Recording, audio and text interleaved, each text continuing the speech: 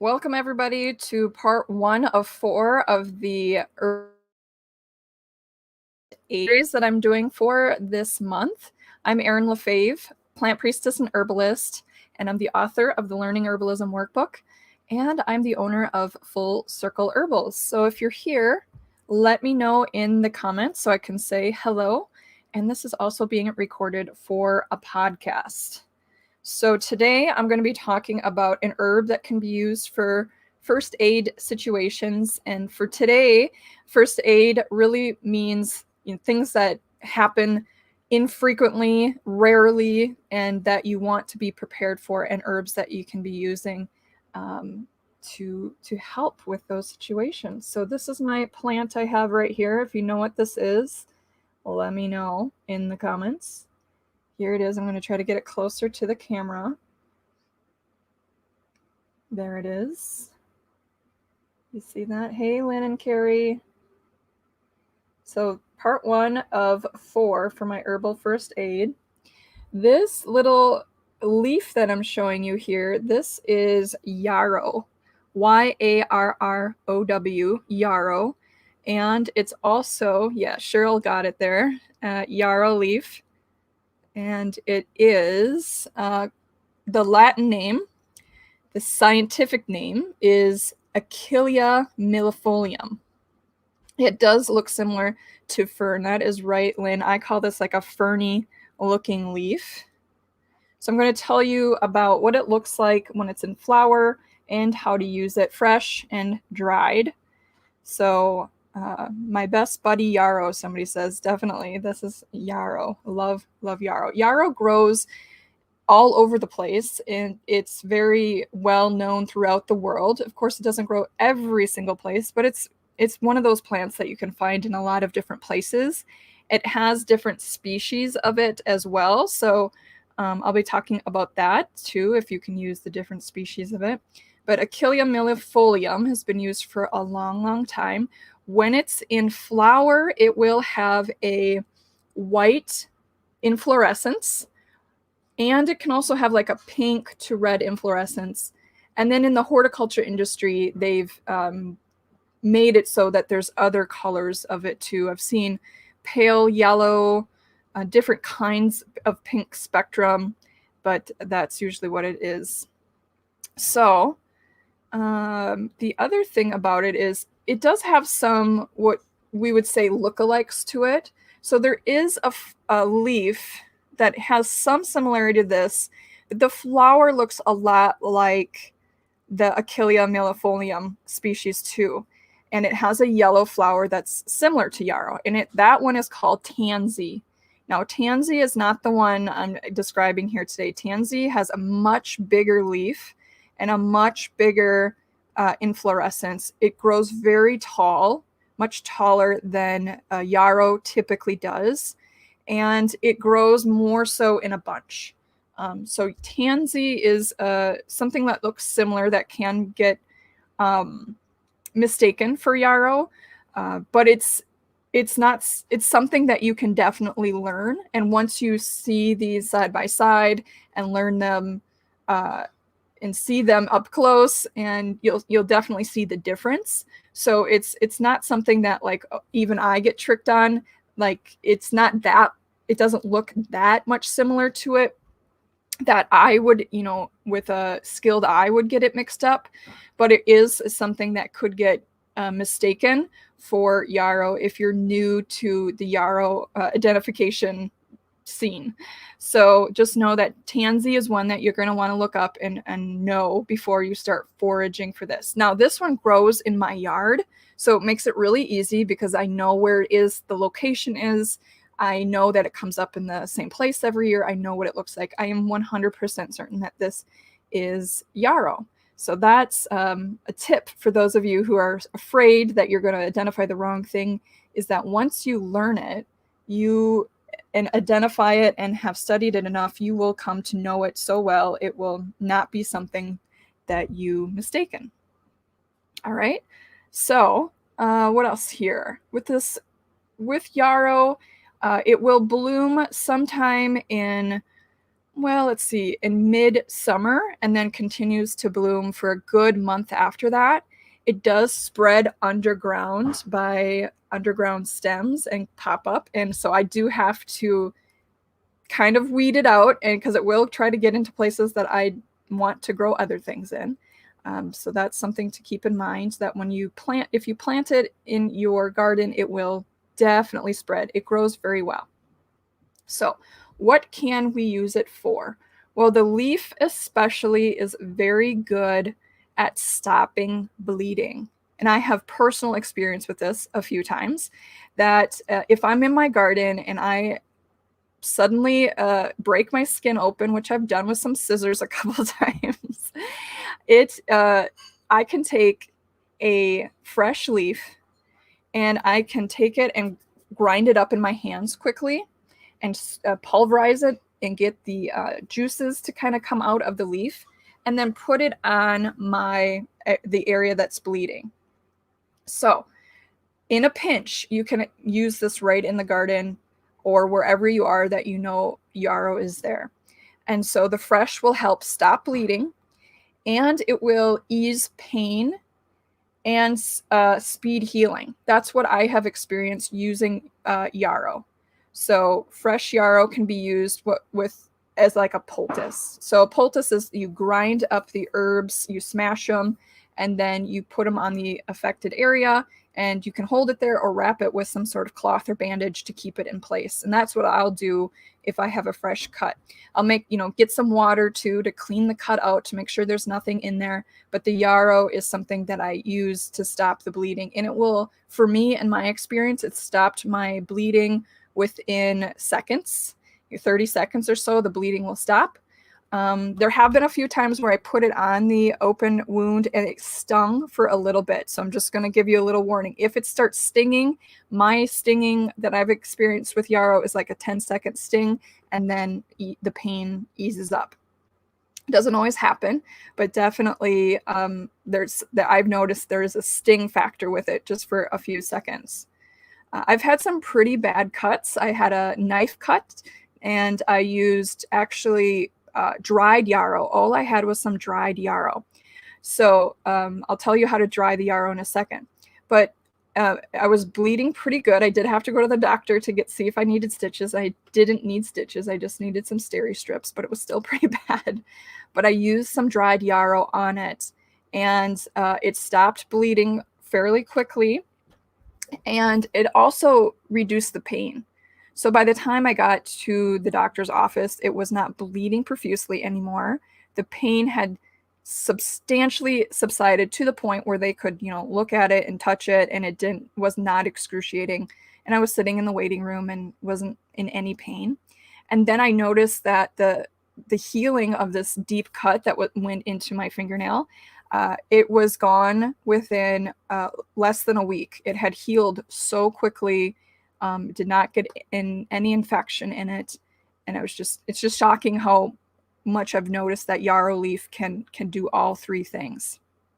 So how do you dry it? The leaf dries very well, just air dried. You could harvest a few leaves of it, and then just lay it out single layer on a plate or a piece of cloth or somewhere where it can stay out in the open and get airflow around it, and then it'll just naturally dry within a few days. And you'll know when it's dry when you pick it up and it snaps and it's crumbly, and there's no more pliability with it, where this leaf that I'm holding, it's flexible, it can move around. You will not get that when it's dried. So definitely something to keep on hand in the dry form when it's no longer the growing season. After it's dried, what I like to do is make it into a powder. You could do that in a wide variety of ways. I have a coffee grinder that I use specifically for herbs, and just grind it into a powder. Because if you have a cut that's bleeding fairly well, like I had that day, you'll need quite a bit of the dried powder to put on it and make sure that the blood isn't washing it away like I experienced. So if you can get that dried yarrow powder on the open wound and really just pack it on so that the blood will actually soak into the leaf. If you have somebody to help you and you have some time to do this, maybe after the fresh wound is open and you're still nursing that particular wound as it heals, you can add some boiling water to the dried yarrow leaf and reconstitute it, get that moisture back into it, and so then it's not so dry and crumbly, and you can actually place it a little bit better and with more control onto the affected wound. And just like I said, wrap it in gauze or a cloth, something to hold it in place and let it soak into there. If I have a wound that is healing and then I want to give it some extra support during the healing process, or maybe it's sore, during at night is a good time to put this poultice yarrow leaf on it, wrap it up so that it stays in place, and then while you're sleeping you get that herbal medicine effect in there. Sometimes when we're up and moving around during the day, those bandages don't stay in place. It's not as convenient to be putting the poultice on. So let me check some of these questions here. Oh yes, somebody was asking, can dried yarrow be used the same way? It absolutely can. Does it grow in Indiana? It probably does grow in Indiana. You could definitely plant it in Indiana in a garden setting. You could probably find it in a garden center, I'm sure. And it's typically has escaped in what they call naturalized. And so there is like what they native versions of it that do grow. I find it growing wild all on its own. I don't necessarily find like a whole field of yarrow, but I'll see patches of it, and it will grow in rocky soils, well-drained soils, maybe not as much in a clay type soil, but it certainly can. And many times I'll see it growing in leaf form and not necessarily put up a flower, especially if it's not in complete sun. It does prefer complete sun, and it will grow in semi-shaded areas, but it won't necessarily flower. So the flower essence is used. Flower essences are used. Yarrow is used for like setting boundaries, psychic protection, especially pink yarrow has been known for that. However, white yarrow can be used for it. So if you're looking for like a more spiritual use for it, boundaries, just having the dried flower around can do that. Planting it in your garden, and the flower essence is good. I have some behind me in my apothecary. I was just looking to see if I had some next to me. Yeah. Can you use the flowers too? So, right, the flowers are used in flower essences, but yes, they do put the flowers in teas and tinctures. So that's kind of a different use. What you can also use yarrow for is they use it for in teas to help to bring down a fever. So can be used for that. So I was here today to talk about yarrow leaf for first aid kit items. And yes, somebody is saying that you could definitely purchase yarrow leaf or flower already dried for you. Certainly could do that. Mountain Rose Herbs most likely has it.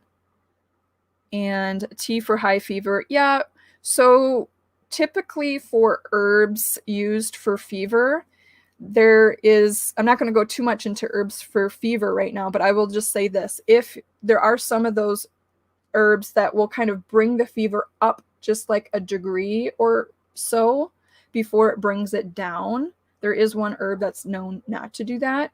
So if somebody has a really high fever that should not go up at all anymore, just keep in mind that there's some herbs that shouldn't be used for fever because you don't want it to go up anymore. But for people who are in just like an uncomfortable zone, who are like, this fever needs to kind of come down here, and it's okay if it just notches up like a 0.5 or a 1 degree, then, and it doesn't stay there for very long, then those teas are appropriate. So you will find it in the gypsy tea formula that Traditional Medicinals has. And Yarrow, I think flower is in that one too.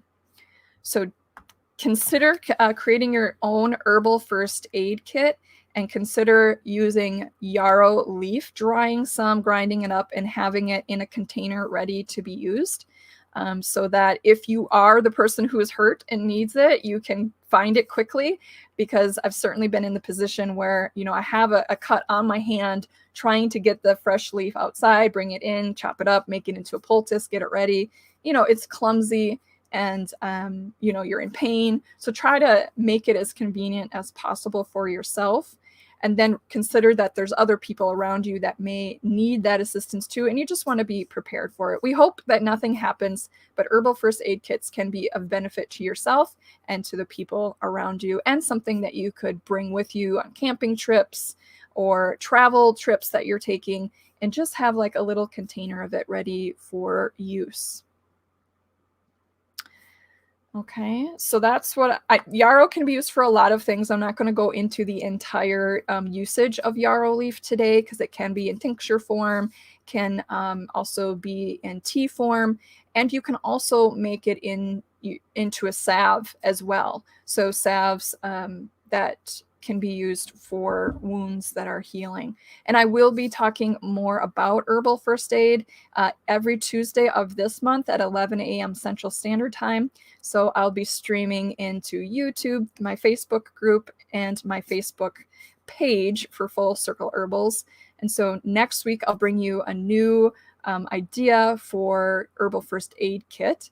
And I will definitely be making this into a podcast as well. So if you want to catch this in visual or in audio as you're traveling or moving about, you'll find that in my Herbs podcast, and it's an acronym for Herbs with Erin, Remedies for Body and Spirit. It's on iTunes and Spotify, and I believe we are in SoundCloud as well.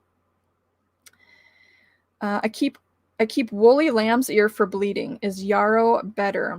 I don't know about woolly lamb's ear for bleeding. I haven't used it for that. I just have experience with yarrow. But what you could use that lamb's ear for, and mullein leaf, they can be used as bandages to hold that poultice in place. Those are so much fun to use for that as well.